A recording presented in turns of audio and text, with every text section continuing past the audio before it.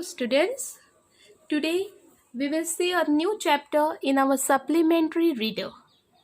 Let's begin. The title of this chapter is The Lost Child. Now, with this heading only, you must have come to know that in this story there is something about a child who has got lost.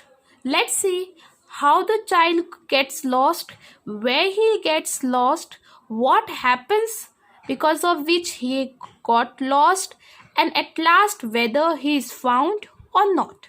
Let's begin with the lesson. Now let's see what is highlighted over here in this orange color. A child goes to a fair. Now all of you know what is fair. Fair, like Hindi we call it mela. To a fair with his parents. So all of us like, right? Whether it is you or me, we all like to go for a fair. To go to any fair, okay? With our parents. There are different types of shops, sweet shop, toy shops, different types of rides. So here this child also goes to a fair with his parents.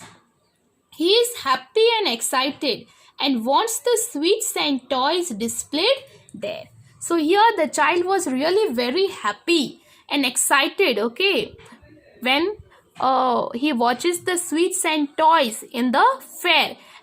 Which were displayed, okay. Displayed means to keep on a shop. In a shop they are kept in front, outside, to show, okay. Public comes and sees them, but his parents don't buy them for him. He urges his parents to buy for him, but the parents don't buy. Why then does he refuse when someone else offers them to him? But see, here a situation comes when an outsider, a stranger, offers him and the child refuses. Now what happens because of which the child refuses? Let's see in the story. It was the festival of spring. From the wintry shades of narrow lanes and alleys emerged a gaily clad humanity. So it was the festival of spring soon after the rainy season, and there was wintry shades of narrow lanes. Okay, lanes means streets. Okay, they were wintry shaded. Okay, shade means here shade was there, okay, in the street. Chao we say in Hindi. And alleys means narrow way in the middle of the fields. Emerged means come out. A gaily means happy. Clad means covered, and humanity means mankind. So in this festival of spring, along the lanes and alleys, there emerged a gaily, happily covered humanity. Some walked, some rode on horses, others sat, being carried in bamboo and bullock carts. So some were walking, some were riding on horses, others had sat down, and some were being carried in bamboo and bullock carts. One little boy ran between his father's legs, brimming over with life and laughter. Brimming means filled. So the boy was so excited that he was running between his father's leg. Okay, he was feeling full of life and laughter.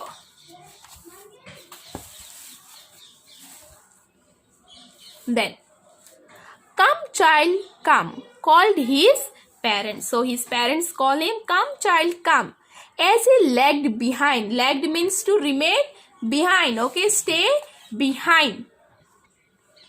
Fascinated by the toys in the shop that lined the way. So when they were moving in the fair, okay, so the child was fascinated, attracted, okay, by the toys which were lined in the shops.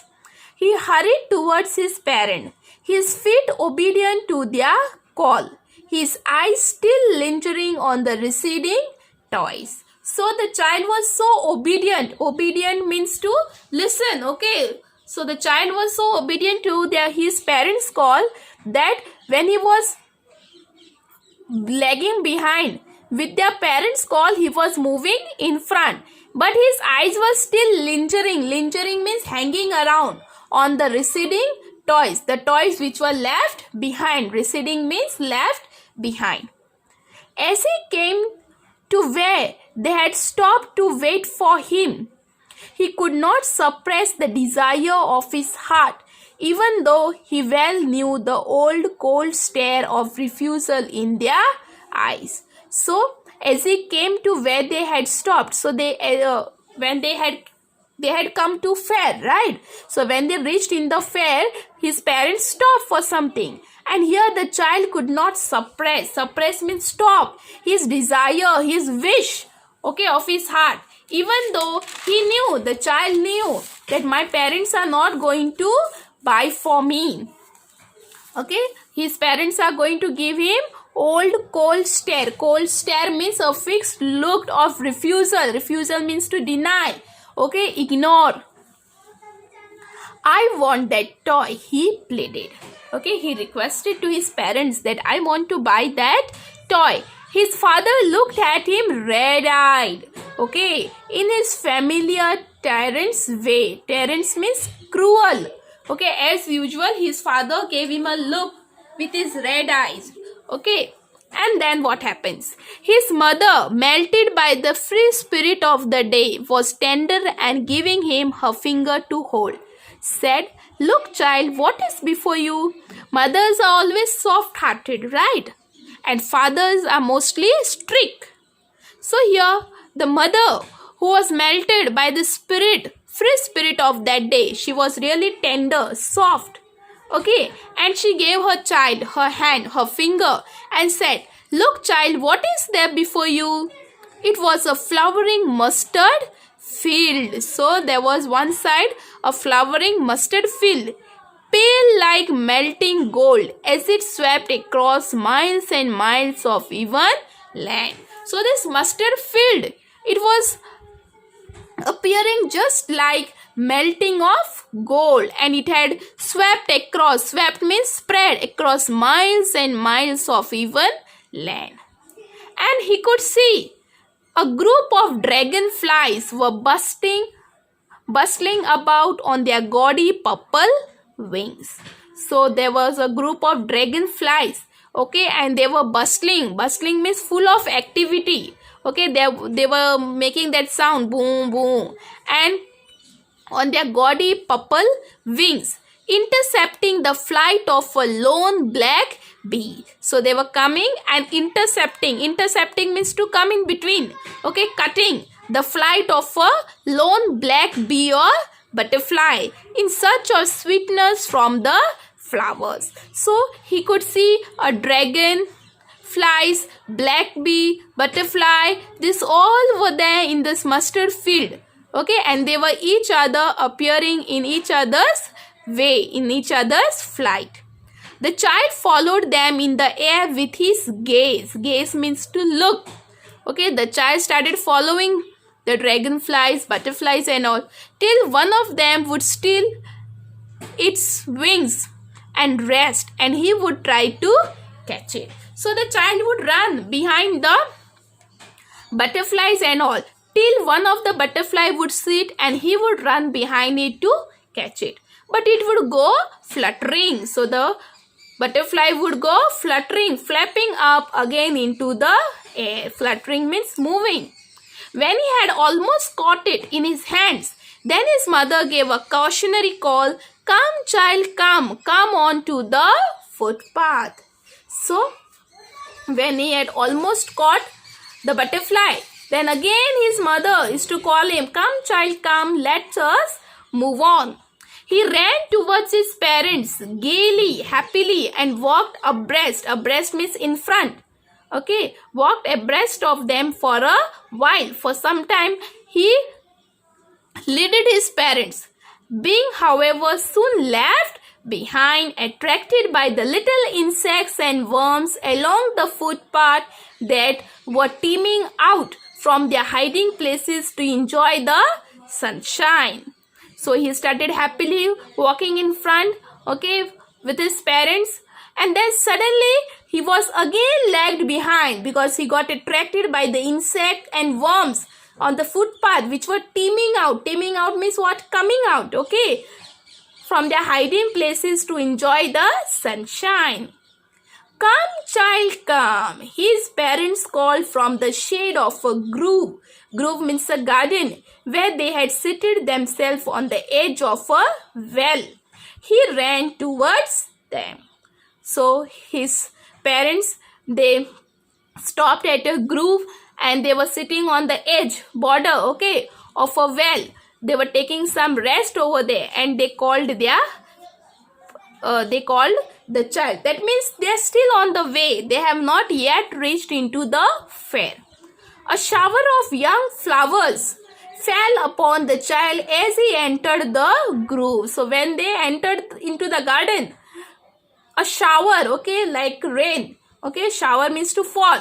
So shower of young flowers fell upon the child, and forgetting his parents, he began to gather the raining petals in his hands. Again the child, he got fascinated with those young flowers, and he forgot his parents, and he again started collecting those petals in his hand. But lo, he heard the cooing of doves, and then what happens? He hears the cooing of dove and ran towards his parents shouting, "The dove, the dove." The raining petals dropped from his forgotten hands. So he forgets about the petal which he has collected in his hand, and he goes and shouts to his parents, "See Papa, see Mama, there is a dove, dove." "Come, child, come," they called to the child, who had now gone running in the wild capers around. Okay, caper means short jump, and capers round the banyan tree, and gathering him up, they took the narrow winding footpath which led to the fair through the mustard fields. So when the child followed him, again they come to a banyan tree, and the child goes running to catch those wild capers, okay, short jumps. Okay, there are these wild capers. With the help of these wild capers, you take short jumps, okay, and then from there they took a narrow winding footpath. Winding means curved footpath, which led them to the fair through the mustard fields. As they neared, okay, when they came near the village, the child could see many other footpaths full of throngs. Throngs means crowd. There was lot of crowd. Okay, you know, in a fair there is lot of crowd. So the child could see there were many other narrow footpaths, and they were full of throngs. Throngs means crowd, converging to the whirlpool of the fair. Converge means meeting. Okay, they were all meeting at the whirlpool. Whirlpool means center of the fair, and felt at once repelled, driven away. Repel means driven away, and fascinated by the confusion of the world he was entering. So till here we have seen the journey of the child to the fair. How they come to the fair. Okay, during their way, when they were coming to the fair, which were the things which he gets attracted to, that also we saw. Now further in the fair, which are the things which he will be attracted to, okay, whether his parents buy for him, yes or no, these all questions of ours will be solved in our next video. I hope you have understood this first part of the story. Thank you.